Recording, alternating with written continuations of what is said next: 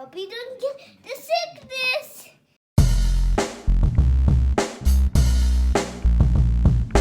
My boy Kurt is a stay-at-home dad, watching Disney movies he never had. His daughter digs through all the VHS, crushing the classics in a princess dress. Informed like Scuttle, Kurt's got your ticket, making it real like Jiminy Cricket. Most are off the Captain Hook, but if the Tweedledum, he'll be taking more shots than Bambi's mom. Leave some raised like Simba, or cracked like the beast dishes. He'll show you a whole new world, you won't need 3 wishes. Stay-at-home Disney dad.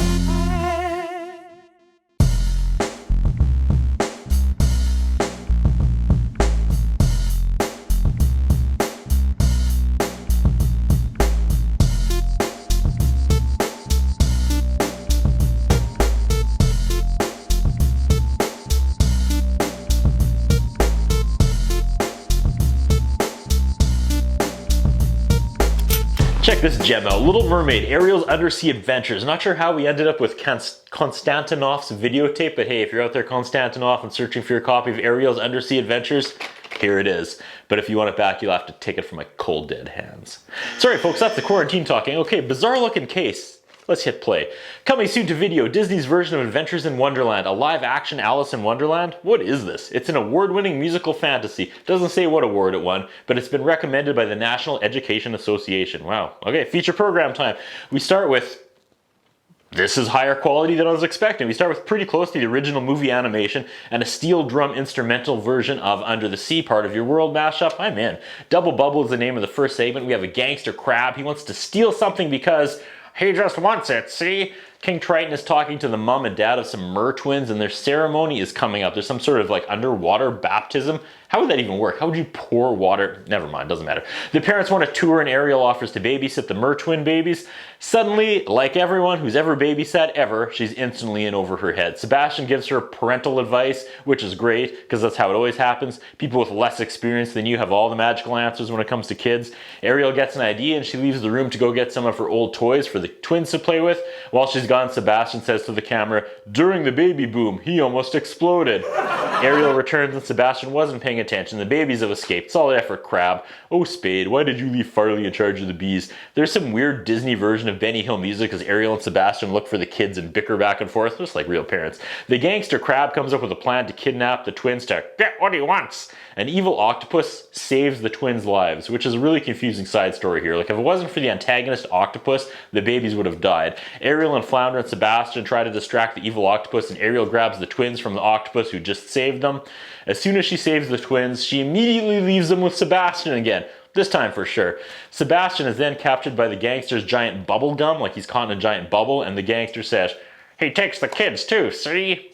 Ariel fights with the octopus while a shark tries to eat Sebastian inside the bubble. He finally gets out of the bubble, and, you know, I'll bet the biggest pet peeve of any underwater killing machine is when all the holes in the reef and rocks are big enough for your prey to hide inside, but the hole is just big enough for you to get your head in, and nothing else. That happens every single time. The octopus and the shark have been disposed of, so now our protagonists are on a quest to go get the twins back. "Put those rats to bed, see," says the gangster. This evil crab thing wears a top hat, which is awesome. He's tired from heading for the hills all day, and he wants to nap, but the twins are starting to trash the place and don't want to sleep as they do. He sings to them, "Muscle up your mugs or I'll fill them full of slugs." At first I thought that was a dumb line, but that's actually a pretty clever ocean pun. He sings, "Be happy you're not swimming in the cement shoes." A little dark, but still pretty good. I feel underwater gangster rap is an unexplored genre. There's money to be made. His song actually works and the twins calm down and go to sleep. So for the record, Gangster Crab is actually a better babysitter than Ariel and Sebastian ever were. Then an underwater tornado begins, like someone flushed the toilet and this whirlpool spins by and the twins get sucked into it. The gangster crabs get sucked into it as well, and Ariel grabs Sebastian and Flounder. She dives into the whirlpool. It has them all. It spits them all out, and we get a mini Sebastian death scare. But as he slowly comes to, Ariel immediately puts him on blast and says, "This is no time to rest."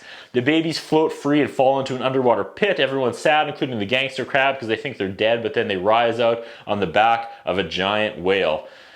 Shark comes by, and the music is pretty epic. I wonder if Disney sequels should like not even try to make new pop songs and just let whatever symphony composer that scored this movie provide instrumental soundtracks and background music, because this is really good stuff.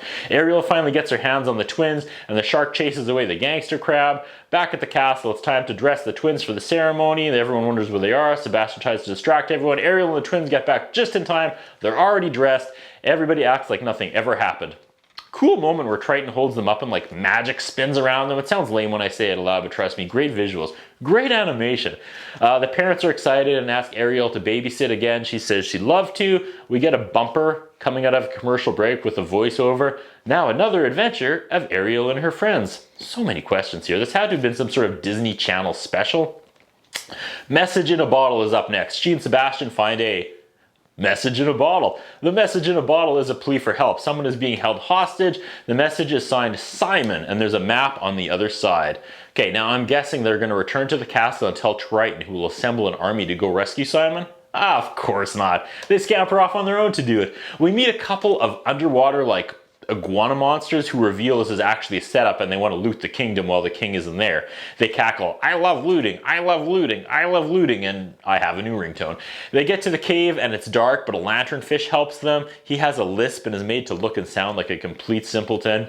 Ariel and Sebastian run into a giant squid, and I'm pretty sure he's voiced by the Disney trailer voiceover guy, and it's super distracting. He tells them, don't go down into the hole, as there's a monster down there. Lanternfish says, someone doesn't look very bright and he likes to shed light on some situations. I want him off my TV. They go down into the hole and they hear footsteps and a monster comes out of a... He comes out of a odd looking door, and it's some sort of sea dragon dipped to black like where there was originally a commercial break. This is Simon. He's scary at first, but also a complete bumbler. I haven't mentioned how slick the animation is for a while. This is 100% superior to the actual official Little Mermaid 2. Ariel sings the monster song, and he's not so bad after all. What happened to the iguana monsters?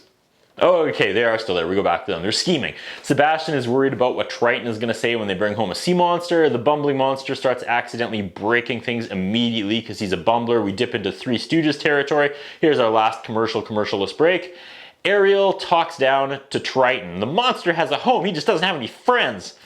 I feel that. Lockdown 2020. Dragon is sad because Triton doesn't like him. He flops down on some sea anemones, and that's where all the iguana people were hiding under. They're instantly crushed and they crawl out yelling, retreat, retreat. So I guess that's the end of that side story. Ariel sounds like Ariel. They must have been able to afford Jodie Benson for this one, which is an absolute must. Seriously, I'll say it again. From a production standpoint, like animation and music, this is heads and tails above Return to the Sea. The dragon is trying to get everyone to exercise, but he's basically just jumping up and down and shaking the entire kingdom. Everyone's falling over.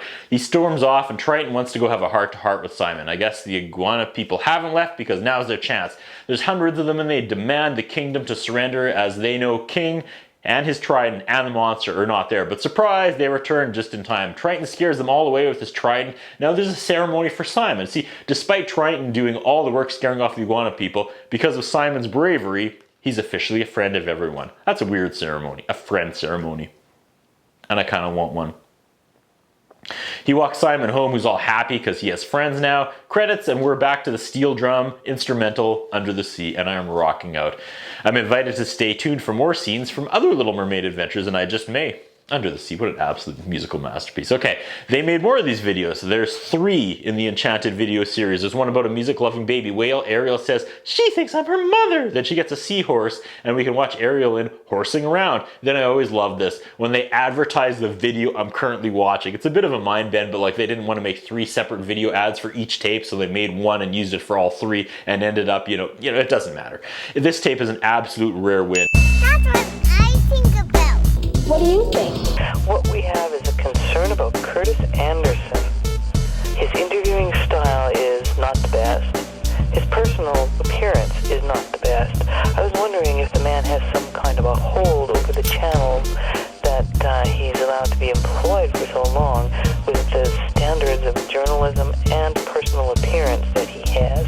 Thank you.